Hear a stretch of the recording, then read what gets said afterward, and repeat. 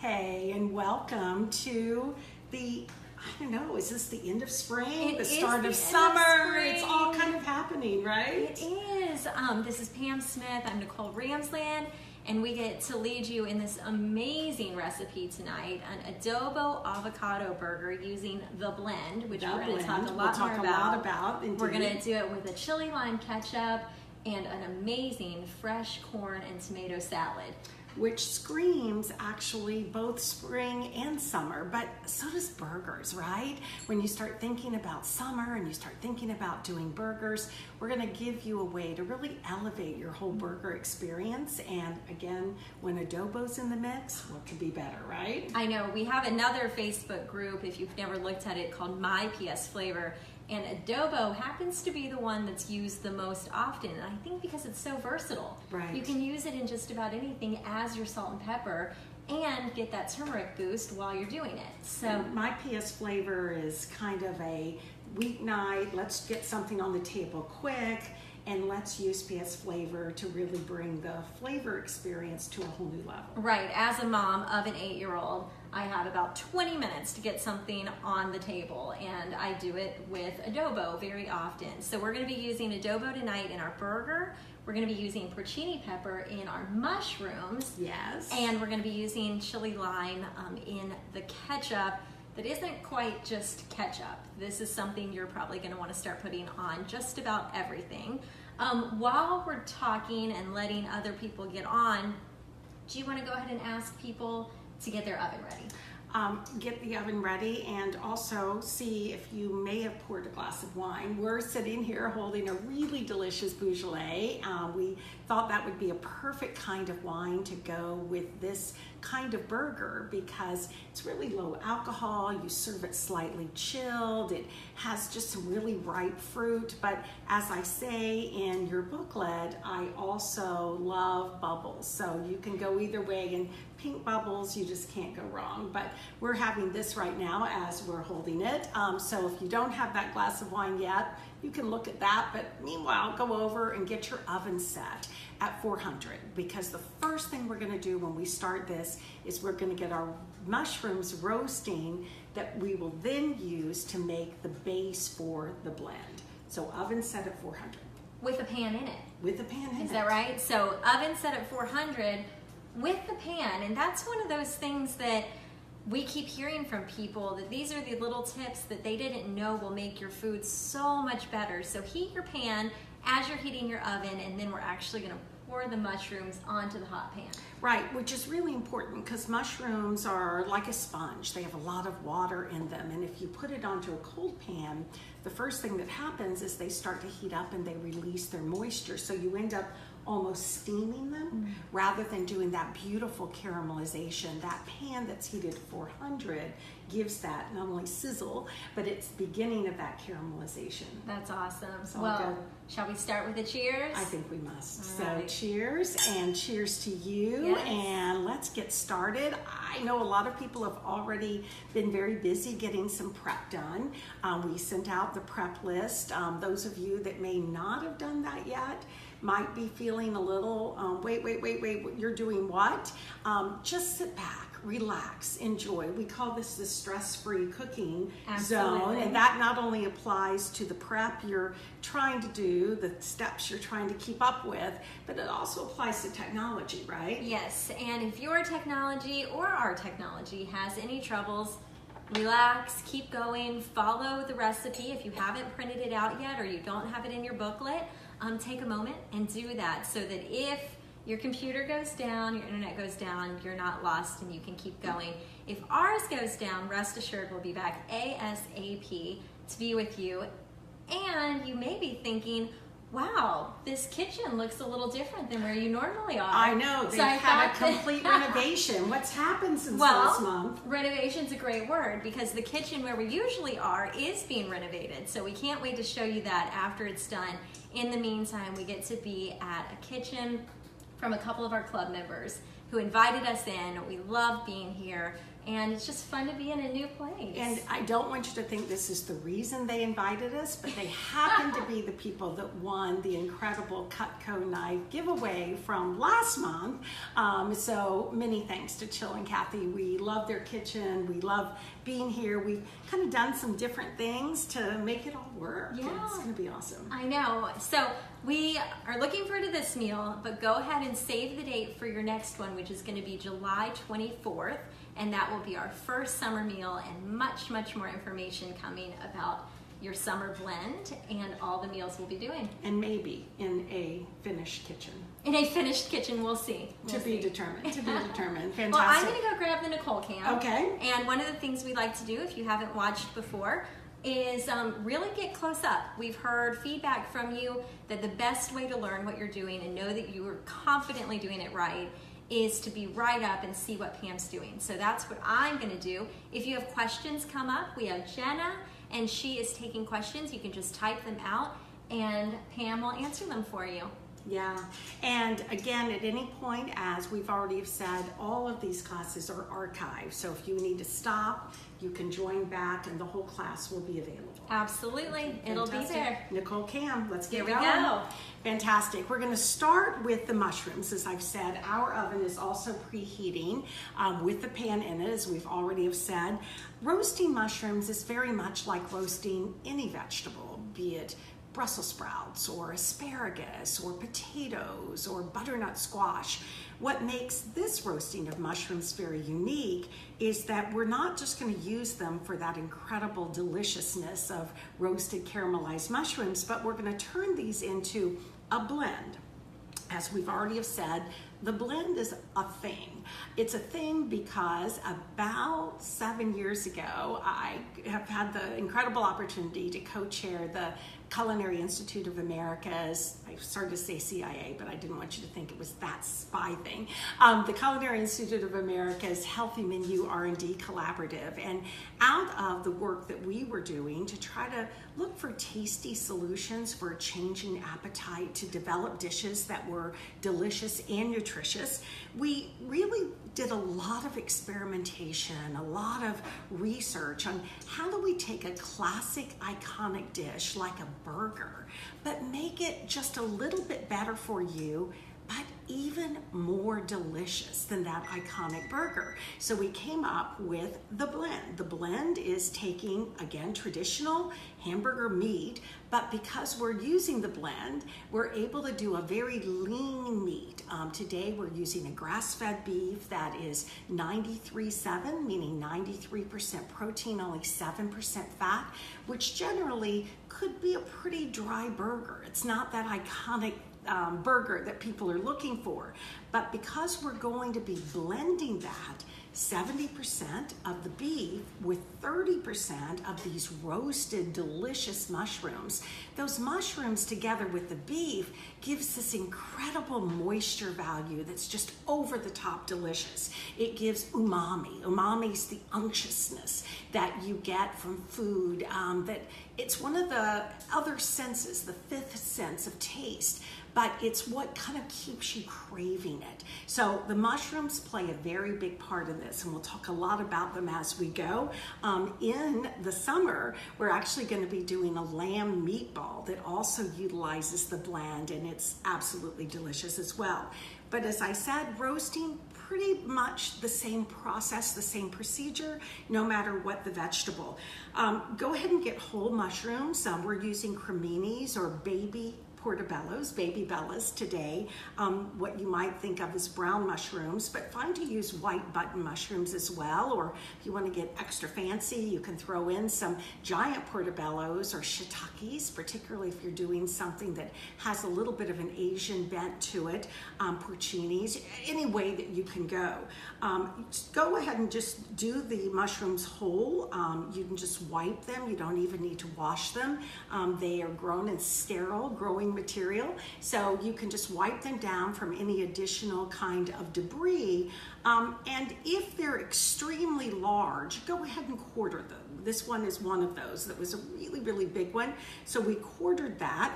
To it, we're just going to drizzle just a touch of olive oil And we're using, as we mentioned earlier, our porcini pepper. Porcini pepper is just that. It's a blend of dried porcini powder together with smoked paprika, some beautiful, beautiful touch of lemon, garlic, has all kinds of deliciousness. Smoked paprika, it actually is what we kind of call natural MSG because again, it brings out that natural umami. Adding it to mushrooms, oh my gosh, it's umami on top of umami, craveability on top of craveability.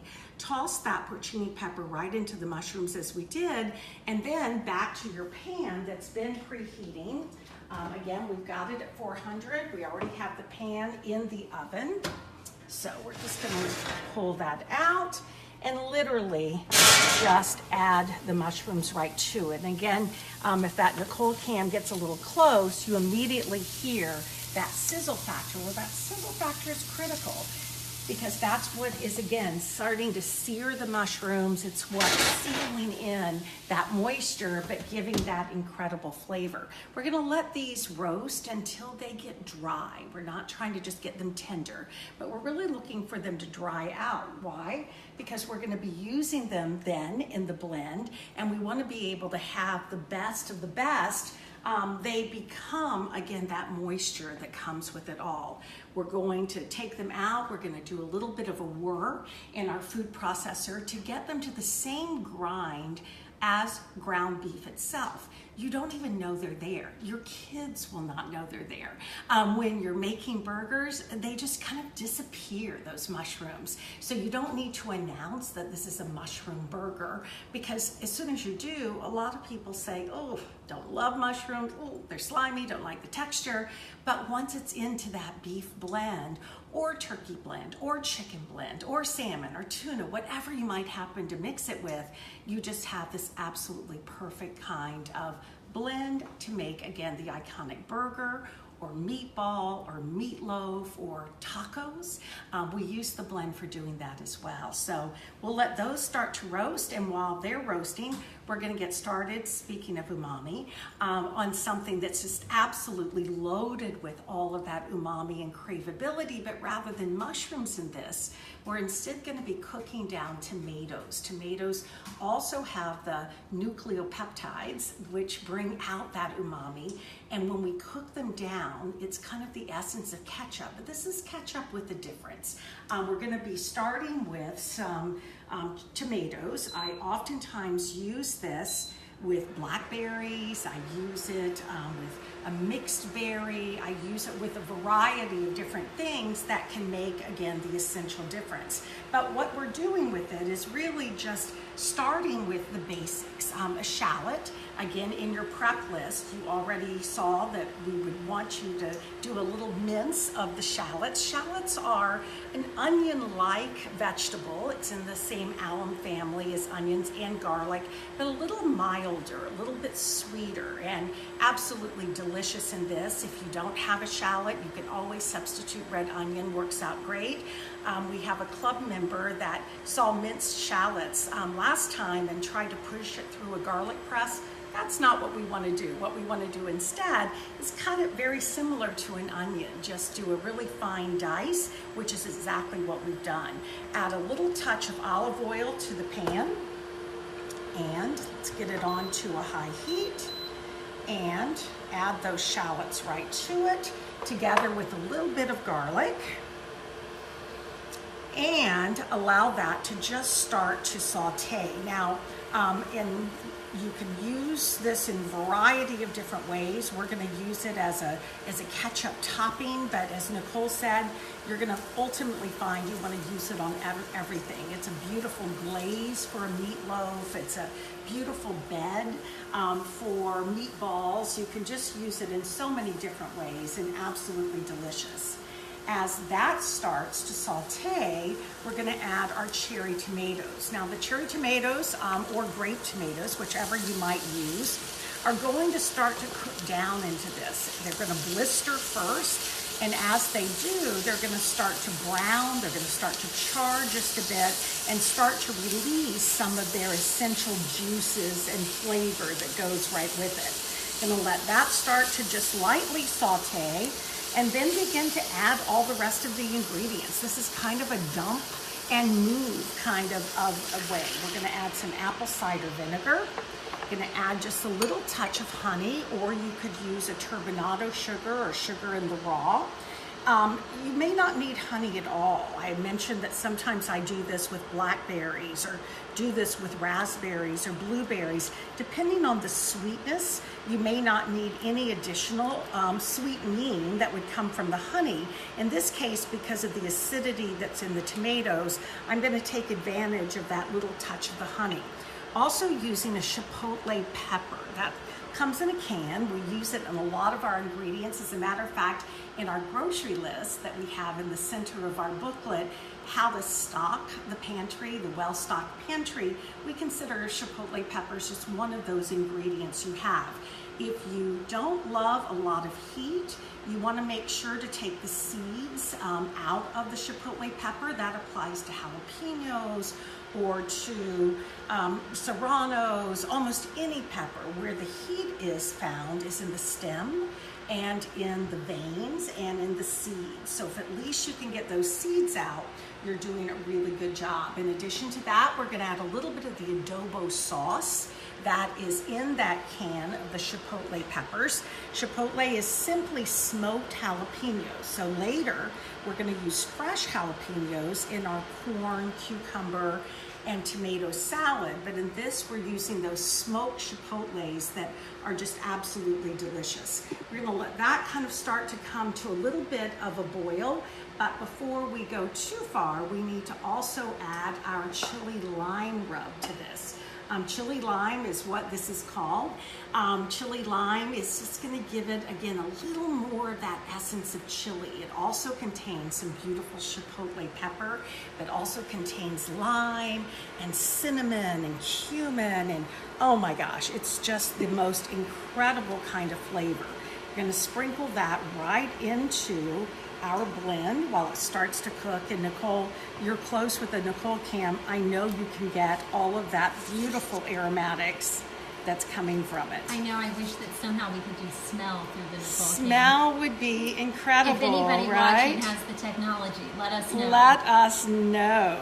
But hopefully if they're watching, they're also smelling it because it's happening in their kitchen. In their own kitchen, my gosh. So I will tell you that this will start to cook. We made this meal because we wanted to take some pictures for you to post to get your kind of appetite in place just about a week and a half ago.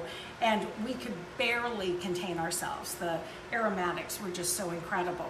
We're gonna let that just kind of start to cook away. And while that's cooking, what's gonna happen is the tomatoes are gonna release their juice. It's gonna start to reduce a bit. Speaking of reduce, I'm gonna turn the heat down just a bit as well.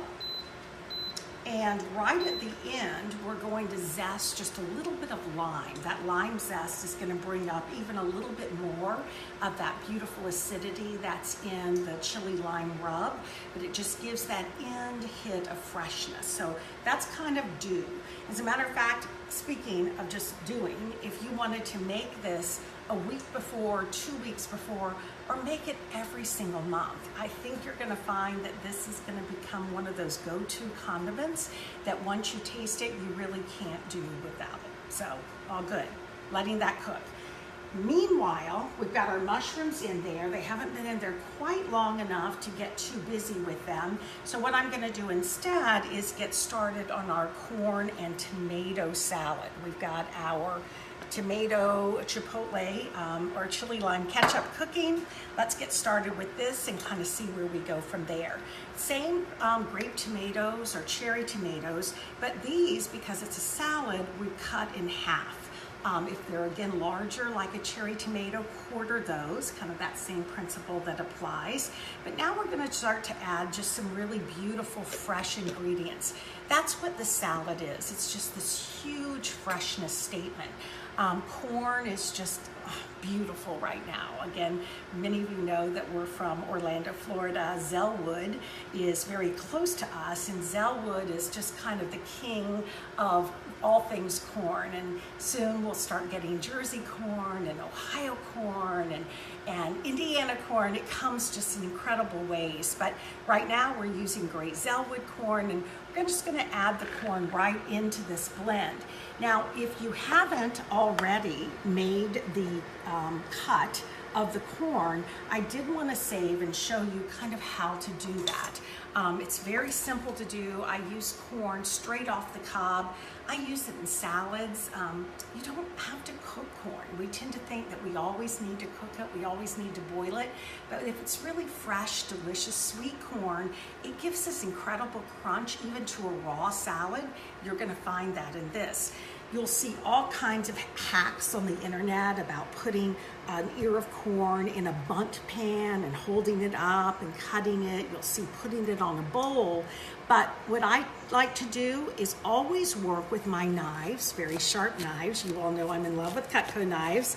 And what I first do is do a simple cut that's going to give me a flat surface. That flat surface is what's going to prevent me from cuts, because that flat surface enables me to use my very sharp knife to the best of my advantage. You see that corn's not flying all over the kitchen. All I'm doing is just turning it, always keeping that flat surface in play, and then turning it one more time for just that final. Now, I use these corn cobs that are left. I mean, my family knows that I throw away almost nothing. I'm called the queen of leftovers, but also the queen of things that would generally be found in the trash. I use corn cobs to add a little bit of extra richness to a chicken stock. If I'm making risotto, I love to boil the stock with the corn cobs. And if I was gonna do what would be called a fried corn or sauteing corn, I would actually use the back of my knife to take this extra bit of corn from the cob, which just adds this incredible starchy and creaminess. It's what enables you to have almost a creamed corn soup. So don't think of these cobs as something to discard. Instead, think of them as something to save for another dish at another time. Once you have that done, you're gonna add that right to your blend. And then we're gonna move right on and work on our cucumber next. Now, you can use any cucumber that you find. Again, cucumbers are kind of coming in season right now. I love to use English cucumbers or Kirby cucumbers, as they're sometimes called. They come wrapped in a saran wrapping. What's beautiful about them is that they're not waxed. Again, most cucumbers and many apples are waxed. It's edible. It's food grade wax, but you don't have a recommended daily allowance for wax. So with that, I tend to like to use things that I don't need to peel, and these are exactly that. Wrapped in saran wrap, remove the saran wrap, and literally just cut the ends, cut it in half because it's a little unwieldy, and then right down the center. Now, if it was a traditional cucumber that has a lot of seeds, because this is going into a salad, you don't want all of those seeds adding a lot of moisture and liquid to it. So what you would do is with a spoon, literally just scrape those seeds right out of the middle. What that's gonna do is prevent the added moisture from coming into the salad and causing it to start to wilt. In this case, because the Kirby cucumbers have very little, not necessary to do, but again, fine to do. What you're gonna wanna do is then come along and just do a nice little cut of these. You can either do a slice, depending on the size that you're wanting. If you wanna get fancy, you can cut them on a bias as well, which looks beautiful. Or if you're wanting to instead do a quarter, take it right down the middle, and then just a nice even slice with your knife. Again, can't say enough how critical it is to keep knives that are sharp. People are fearful of sharp knives, but the reality is it's the knife that's not sharp that usually slips and causes the problem. So again, your beautiful cucumber, any way that you want to slice it or dice it to really make it work for you. We're going to add that right into our blend. We're going to come over and stir our tomatoes that are cooking away and absolutely delicious in both smell, and I can tell you they're starting to burst open and kind of releasing all of that deliciousness. So great. Okay, cucumbers are in. I've got dices, I've got slices, kind of have it all. And again, if you use a traditional cucumber, if it comes from a farmer's market and it's not been waxed, just wash it well, no need to peel it. But if it has been waxed, that's where I would say go ahead and peel it, do your dice, do your slice, do your cubing to make it just what it needs to be. That cucumber is just going to add such a freshness statement, such a crunch. I will tell you, when we made this salad last, we used it as a side for our burger like we're going to do today, but then the next day we added some feta cheese to it and we used it as a beautiful base for a chicken that we had left over. It was absolutely fabulous. So look at all of that freshness that comes right in play. In addition to that, we're going to add a little bit of jalapeno pepper. The jalapeno, again, just gives it a little bit of an added spice. Again, like we said about the chipotles, I'm just going to take the seeds right out of the pepper, and I'm going to do just a nice little slice and dice of that because I want a nice little mince that's going with it. If you're using a serrano pepper or a pepper that you think may be a little bit on the spicy side, always a good idea to do this with gloves. Wash your hands really well because the capsaicin, which is the health factor actually that is in your pepper, also though has a little bit of burn factor. Just going to use a half of a jalapeno, not looking to get a lot of heat in this, just looking to get a little bit of an added flavor layer that comes with it. Also adding a little bit of cilantro. Cilantro that has just been done in a nice rough chop. Cilantro also giving that freshness value. If you are not a fan of cilantro, as many people aren't, fine to use a flat leaf parsley. You could use basil. There's almost nothing more delicious than tomatoes and corn together with basil. But we also need a little bit of liquid in this as well. So we're going to be using lime, and we're going to be using some white balsamic vinegar. You're fine to use rice wine vinegar if that's what you have. White balsamic just has together with rice wine vinegar, both have a little lower acidity level. Also going to be adding a little bit of fresh lime to this. We're going to be using our citrus squeezer. I know many of you that were with us for our winter club got this in your kit. All that we did with the limes is we microwaved them for about 25 to 30 seconds first. What that does is it bursts open the cells of the lime and gives you just incredible juiciness. You also want to cut the lime in half, but not lengthwise, because you're wanting to get the best of that juice coming forth. And there we go. Absolutely delicious. All that needs to happen with this salad, and then it's good to go, is to add just a little bit of seasoning to it. And no surprise, we're going to be using the seasoning that's going to make all of the essential difference. So I'm going to set that aside and then check on my tomatoes that are beautifully cooking away. And then I think it's time to check on the mushrooms. How's the aromatics going, Nicole? Oh, unbelievable. I feel like I want to dig into that fresh salad right now. Right I'll now. wait till it has some PS flavor on it. Okay, fantastic. Speaking of PS flavor, I'm going to go ahead and add the adobo seasoning to this, because the adobo is not only going to be fantastic to use in the burger, but absolutely delicious to use in this salad as well. It just brings out, again, the best of flavor. Adobo is, I don't know, we consider it almost medicine in a jar because it's loaded with turmeric and oregano and black pepper and cumin. It's so anti-inflammatory, but yet so loaded with flavor. And it's the flavor that's going to develop as all of those different kinds of ingredients come together to almost blossom with just a little bit of flavor. So all good things. I'm going to do a little bit of house cleaning here because we've got a lot that's been happening on this board, and then we're going to move on to the mushrooms and see how those are doing in the whole of the territory. Okay, they smell amazing. Oh my goodness. So with that, we've been able to see the moisture starting to cook out of them. We've been able to see them starting to crisp and starting to brown.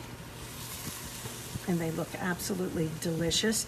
That tiny touch of moisture tells me that I'm going to give them just another 2 or 3 minutes. I wanted to move them around on the pan to give a chance. They would work out great in the blend, but if we can get them just a little bit drier in the process, it's going to give us a chance to be able to let them be used as they're best to use, and that's as a sponge that's going to go into the blend. Let's start mixing up what's going to happen in the blend along the way. Again, I have a pound of grass-fed, very lean meat already in the pan, ready to go. You might have that as well. We're going to add to that a few added flavor ingredients. Again, the blend stands beautifully just on its own.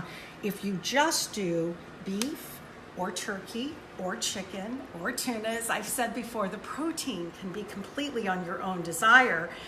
Just with the mushrooms, it's perfect. Maybe a little bit of porcini pepper, maybe a little bit of Creole kitchen, maybe a little bit of adobo kitchen. Again, the flavor can go whichever direction you're looking.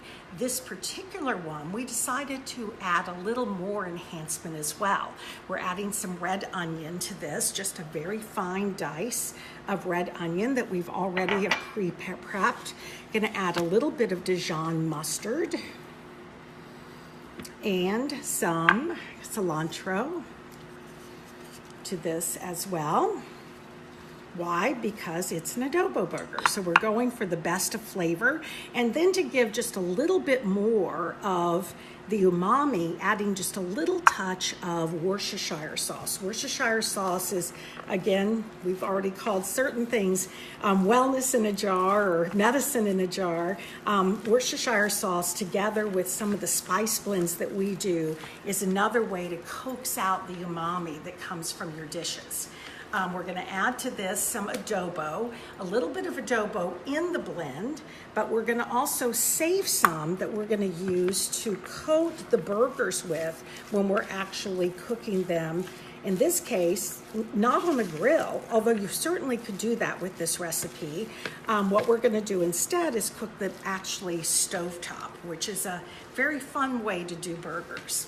So that's all mixed, it's all ready to go, and I think the mushrooms are kind of ready to pull out of the oven as well. So let's grab those. Nicole, you with us? I am. So when they're at home and looking at their mushrooms, it's okay to have some moisture left on the pan, but what you're trying to see is that there's no more moisture on the mushrooms. Exactly. Is that right? Yes, Okay. yes. And I think you have posted a little tutorial on how to roast mushrooms. That's something we should do. I know we did one on corn, right? Yeah. Okay, fantastic. And it's actually very similar to the corn. It is very similar indeed. You know, it's really just getting your pan extra hot, getting it in the oven, and letting the vegetable do what it does. And it does it so beautifully. All there is to it. So those are done. And you see, yeah, you're right. There's a touch of moisture in the pan, but for the most part, you're getting those mushrooms that are really dried and ready to go.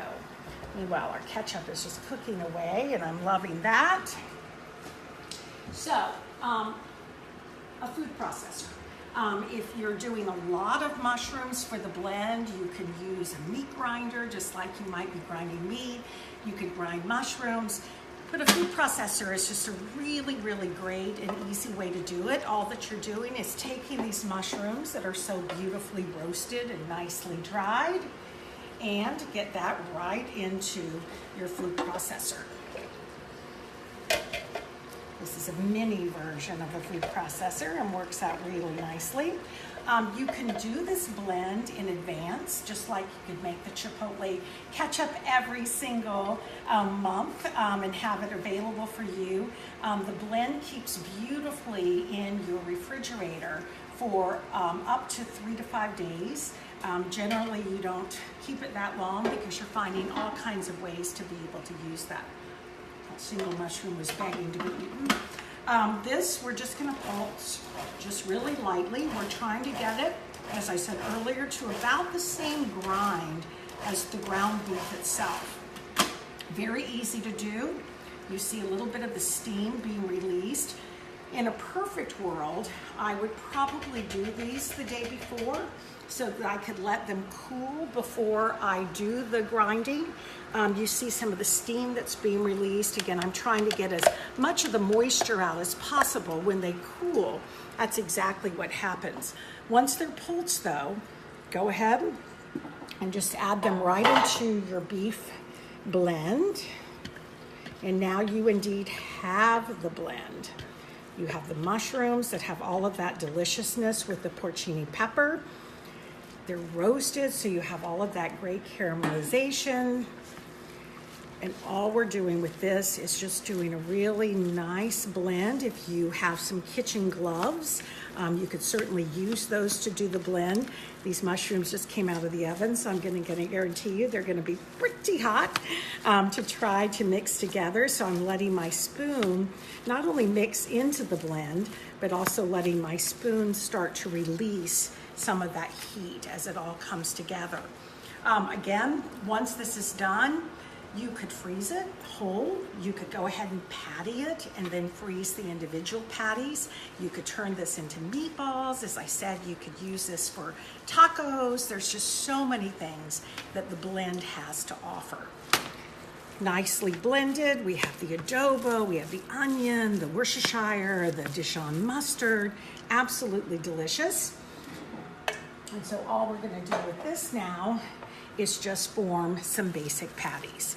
Again, we want to make them very much like that iconic burger, and although right now you see just a little touch of those mushrooms that are still in place, you won't see that after it's cooked. Instead, those mushrooms actually become just like beef. So you really don't even know that it's there. These are being served, mushroom blended burgers, to school children all over the country, to the tune of about 50,000 a day. If you ask those kids, do they like mushrooms? More than likely they'll say no. If they taste their burger that's done with this blend, they say it's the best burger they've ever had. So again, you just don't need to necessarily give all of the secret ingredients out. What you want to do is just have it ready to go. You can get these blended up, you can get them pattied up, and if you have some time, can certainly put them into the refrigerator for about 30 minutes or so. They'll just form up a little bit better. Not necessary to do the way we're going to be doing it, which is on top of the stove, but if you were grilling these, you may want to give it just that little bit of extra time to firm up, because with the grilling you want to make sure that they stay firm and stay formed on the grill itself. Now we decided to do them inside and on the stovetop because we feel like a lot of you may know how to grill burgers already. That may already be a norm in your house. So we wanted to give you another option. Maybe you aren't in the mood to get the grill out. Right. Maybe you're cooking for just yourself and getting the grill out just doesn't seem to be worth the time, whatever it may be, but you're fine and comfortable on your stovetop in your oven. So we wanted to teach you how to make a great, full flavor, just right on the moisture level burger inside. We did. Very similar to what we did when we did the porcini pepper steak a month or two ago, where rather than putting the filet or steak on the grill, instead you did the filet inside your kitchen on top of your stove and then got it right into the oven to finish it off. And it's a very similar thing. We don't tend to think of that with burgers though quite the same way, so kind of interesting. I'm gonna give a little stir to my ketchup, which is cooking down and cooking beautifully. So much so that I'm actually gonna turn the heat down just a bit because it's gonna be pretty much ready to do the blending action. And blending is exactly what we're gonna do with this. But before we do, I'm gonna get this straight. And we're gonna start on just jumping right into cooking the burgers. I still have my oven set on 400 because what we're gonna be doing is a process that's very similar to what we do with our chicken or our fish or a lot of things that we are cooking on top of the stove. Now in this case, I'm using a small induction burner. I'm gonna get this up to a very high heat so it's almost smoking hot. I'm using my grandmother's cast iron skillet that's probably 100 years old. I consider it to be absolutely one of my most precious cooking kinds of instruments. It's absolutely fantastic and it cooks beautifully on induction. And what we're doing is just letting it heat, again, smoking hot. Oftentimes, if I'm cooking steaks on top of the stove first to get that browning, I'll even get the pan into the oven and let that heat up to that 400 or so degrees. But in this case, we're gonna let the induction burner do it. Do we have a question?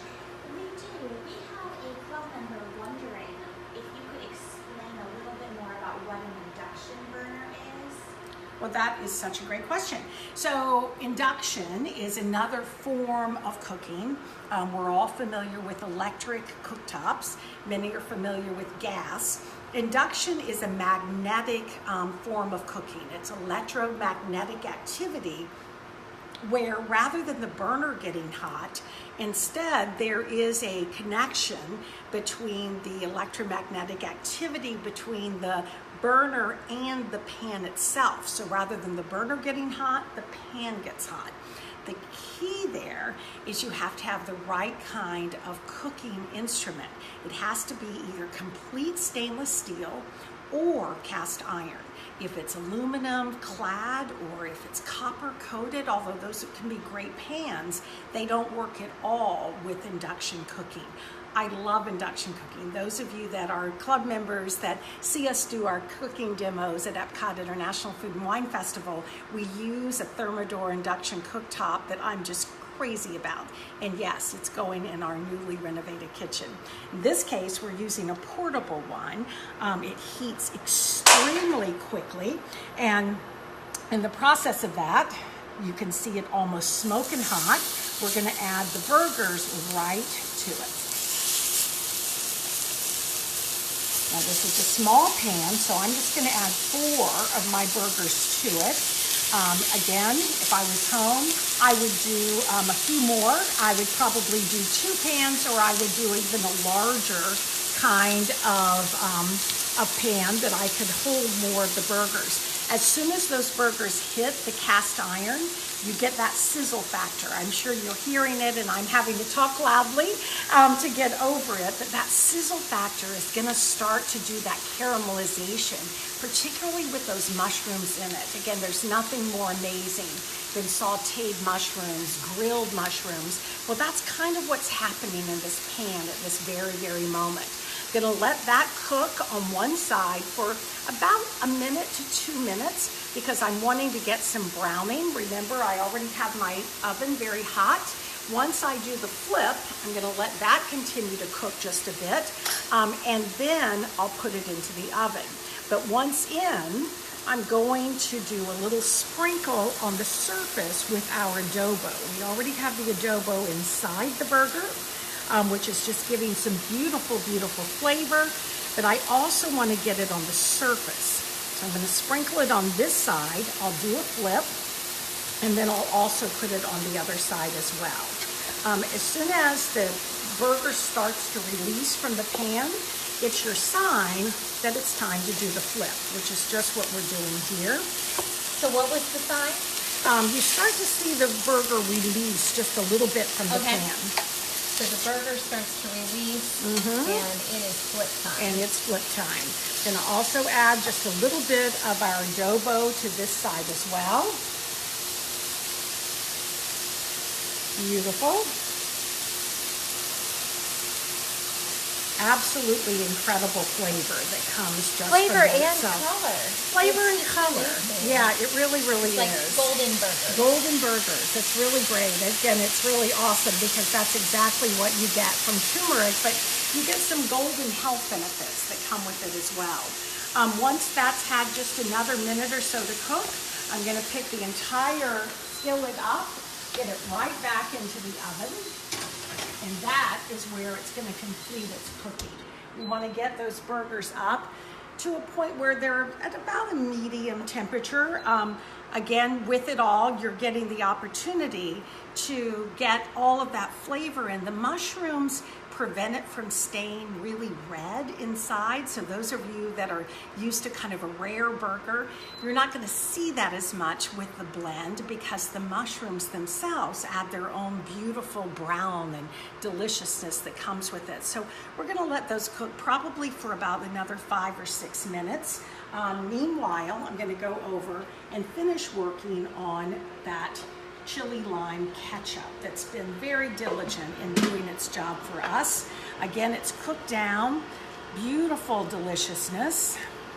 You see that there's a little bit of blistered aspect to those tomatoes. Those tomatoes have softened and they've opened up. I'm going to add just a little bit of lime zest to this. I don't want to add the lime zest until I've actually have cooked it down because the lime is giving such a freshness of flavor. Again, those of you that had our kit this spring had the opportunity to get in that kit this incredible microplane, and all I'm doing with this is just literally pulling that zest right from the lime itself. There's not going to be any acidity that comes from that. Remember, there's so much that's in the tomatoes themselves. What you're getting is just this incredible burst of flavor that comes from the zest itself. And again, I know you're getting the aromatics from that as well, Nicole. It's amazing. So we just package that right into it. Do just a little bit of a stir. And then we're going to use an immersion blender. Now, fine for you to use a stand blender if that's what you have instead of an immersion blender. You just want to be really, really careful with it. Immersion blenders are easy because you can get it right into the mixture itself and not have to take some of the danger factor that you get with using a stand blender. Stand blenders, because all the steam that's being released from a hot liquid can actually explode, and there's a lot of people I know that have a lot of tomatoes on their ceiling of their beautiful kitchen because their blender kind of exploded right into it. No need to do any kind of peeling or any kind of pushing this through a fine mesh strainer, although you could do that if you wanted a little bit of a more fine kind of a sauce. I like the rusticness that comes from this. I'm wanting that rustic kind of ketchup look. And so I'm just going to let the immersion blender kind of do its job. So how far do you take it? What consistency? Well, think about a thick ketchup, right? Okay. I will say that if you do this the day before or even just a few hours before, it will continue to thicken. Pectin that's in the tomatoes will continue to release, almost like when you're making jams or jellies. So it becomes even thicker as you go. Once you get it down just a little bit more, then you can really get that immersion blender into it and let it do its job. And there we go. And I think that's exactly what I'm looking for. Once you get it done, that's when you would decide that you want to do just a little bit of a taste of it. and see what needs some adjustment. Does it need a little more chili lime? Do you need to adjust it with a little bit more honey? Again, you can kind of let that be your guide. I doubt that it needs more heat, but it could, depending on if you left those seeds in your chipotle or not. And while you're tasting, we did have a question come in about the lime and the lime zest. Is it amazing? I'm sorry. It's delicious. It's delicious. It's so good. No adjustment needed. Did you, how do you know when to stop zesting? So this club member is saying, do you just zest until the color's gone? She thinks she might zest a little too far. Yeah, you really want to not take any of the white. The white is the pith, and the white is where the bitterness is. So if you've ever peeled an orange and maybe just eating it straight from the peeling, that white is where the bitterness is. What you're wanting to do instead is just take that top edge of, if someone said the color, that's exactly what you're looking to do. So I turned it the wrong way. Just taking that, just that tiny touch off. So if I can get some in the well of this, you can see that it's just all color and you really have no white at all. Okay. And that's the way you tell. And I'll add that too. Now, did you do your ketchup with the seeds from the chipotle? In this case, I did not, because I know that there's people that are going to be eating this burger that don't love heat quite as much as me. So I took the seeds out. Okay. Now, I noticed when we did this last time, when we did the chili lime ketchup, that at first bite, when I was eating it alone, it was very spicy for me. I don't quite have the same spice palette, yes, albeit a spice girl. But as time went by and as the pectin did what it does and as I put it on my food, the spice level was perfect. So if you're tasting yours and you're thinking, oh, that might be a little too much heat for me, just wait. Some of it is just the heat of the ketchup itself, because right now it's very hot. But just like with wines, red wines versus white wines, if you have a red wine that's too hot in terms of its room temperature, it actually lets the heat and the tannins come through. If you have a white wine that's too cold, you don't do any taste at all. You really want to let things come to their proper temperature to get the best of flavor. So we're obviously moving things along. I'm going to come back, since I've had this salad now made, for just a little bit and do just a little taste of it. The only thing I've left out of it is our scallions. So I'm going to do a little slice of those. You know I love our food, right? I was about to say, it's a shame you never like what you cook. I'm just going to do a really nice little slice of these scallions. We're in love with this Cutco paring knife, and we are in love with it because look at what it does. I mean, it literally just slices right through those scallions in just the most beautiful way. A clean move, easy to handle. It's just one of the easier things. I could do this with kind of my multi-purpose knives that I use, but I just love the paring knife. And actually, this is the one that we're going to be giving away as our Cutco giveaway this month. That's right. That's our June giveaway. So all you need to do to enter the giveaway is between now and June 30th, upload a picture onto the Cooking Club Facebook group of your meal. And if you get in your picture, you will get 2 entries. Wow. So I'm going to take that down just to where those whites are. I'm mostly using the green parts, and I'm going to add that right into our corn, cucumber, and tomato salad. And at this point, all that's left to do is check on our burgers and get ready to plate. And I think everyone's hungry, so I think it's ready. I love, again, what the adobo does to this as well. It just brings that beautiful vibrancy of gold and golden color out into play. A little sip of Beaujolais. Always. It's going to be great with the burger. And speaking of such, let's give these a little bit of a look and a try.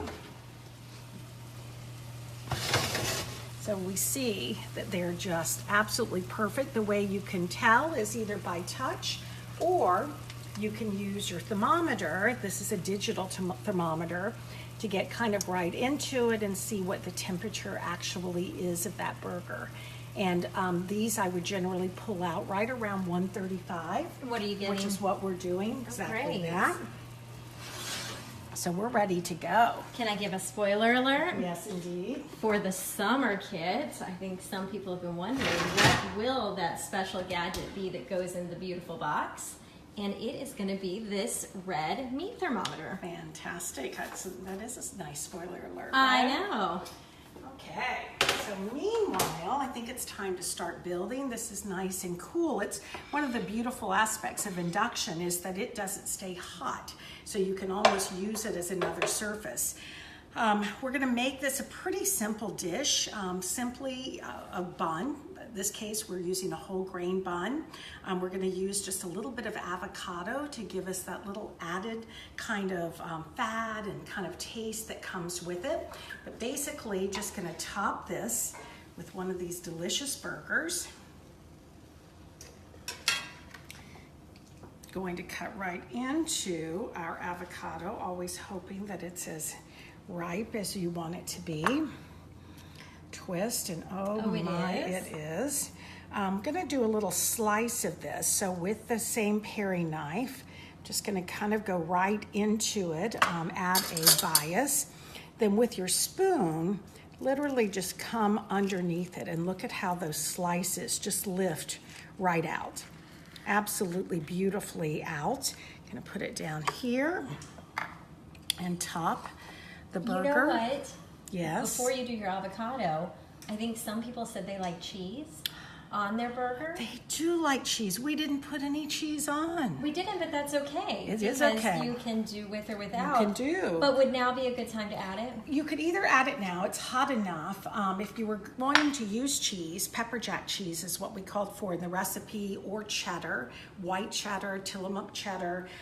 What you want to do instead is literally put the cheese on in about the last 30 seconds that it's still in the oven. What'll happen then is it'll just grill, melt right onto it in those final stages. So you've taken a square slice and all you've done is cut it in half. Cut it in half, but on the diagonal. Okay. So instead it becomes almost a triangle, which I just really love the way that looks right on the burger itself. So now I'm feeling like I need to do one with the cheese too, because it's the right thing to do, right? Well, yeah, because you never know what people are wanting, cheese or no cheese. Exactly. Now, in my world, always cheese. Always cheese. And like Pam said, when we did this salad previously, the day after we put feta cheese in it, and we're going to be posting that for you tomorrow. So good. Absolutely great. So again, if it has no cheese, or if it has cheese, just exactly the same process. Top it with just a little bit of avocado. If you'd like to sprinkle it with just a little bit more of your adobo blend, you can certainly do that as well. Trying to get that little bit that is in play. And then you've got a choice. You can either go ahead and put some ketchup right onto the bun, or you could put some ketchup into a little dish and serve it to the side so people can add their own ketchup. And a lot depends on when you're gonna actually be serving it. I always love a little bit of ketchup on my burger, so absolutely delicious to do. But again, if you want to instead have just a little touch to the side, that works out great. Or again, if you want to get some onto the bun itself, just a little bit of a spread. And remember, this is just so rustic and it's absolutely so very delicious. And there you have a very iconic kind of a burger. We're gonna serve it with a little bit of our salad. The tomato, cucumber, and corn salad with, again, that touch of beautiful adobo and lime. And I think we've got a pretty incredible meal. What do you think? I think we do. How about at home? How is yours turning out? Feel free to do a thumbs up or send us a picture, we hope. We love seeing what you do and how it comes out and hearing, because just like we talked about, you can't get those aromatics over the video. Right. But we know you're getting them at home, so we can't wait to hear about it.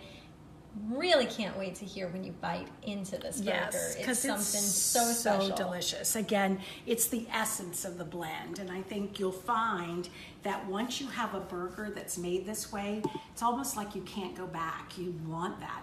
Restaurants all over the U.S. are doing burgers just like this, from fine dining restaurants to Sonic. Rolled out an incredible blended burger these last few months. So again, you'll find it everywhere. We're so excited that you're finding it on your plate right now, and we can't wait to have our meal. I know. I've been looking forward to it. I know that many of you chose that chili lime salmon was the spring meal you were most looking forward to, but this was kind of my meal that I was most looking forward to because I know how good it is. I know. Sometimes we hear burger and we think, oh, it's just a burger, but this is certainly a burger with a difference. It is indeed, which we're so excited about. And speaking of a burger with a difference, our next class, we're doing a salad with a difference, We right? are. So July 24th is going to be our next class, and it is going to be using Smoky Southern. Again, spoiler alert. Our summer blends are going to be Smoky Southern, Creole Kitchen, and, should we tell them? Yeah. A Moroccan blend. It's called Moroccan Spice. And Pam just absolutely knocked this one out of the park. I mean, all of our seasonal blends, all our blends are great, but I can't get enough of this Moroccan spice. So we can't wait for you to have it on your food. July 24th, we're going to be doing a Smoky Southern oven fried chicken. So Right. oven fried chicken. Fried. Yes, over a buttermilk Caesar salad. So we hope it screams fresh, crisp summer for you, and we're looking forward to making it with you in July, on July 24th. Yep, and then each month of the summer, we've got some incredible dishes, including that Moroccan spice where we're doing rockin' Moroccan meatballs. Yes. Those are the lamb meatballs together with the blend, so it's going to be Right. fantastic. Lamb roasted mushrooms, and that's going to be in August, served with a summer vegetable orzo on August 28th. And then we're going to wrap up the summer in September, right before fall starts on September 18th, with an amazing Creole pecan crusted cod and smoky southern broccolini. It's just going to be amazing. Yeah, so excited about it. But we're mostly so excited you joined us tonight. We've got dinner ahead. You've got dinner ahead as well. All that's left to do is a little cheers and bon appetit. Absolutely. What do you think? Here's your glass. Yes. Can you reach over? I can. Okay, thank you for joining us. Many thanks to Chill and Kathy James for allowing us in. Jenna, our Spice Girl, Nicole on the Nicole Cam. It's all there is to it. It's And our fantastic. star Pam. Wow. So thank you, and to an amazing meal. Yes, cheers and bon appetit. Thanks so much.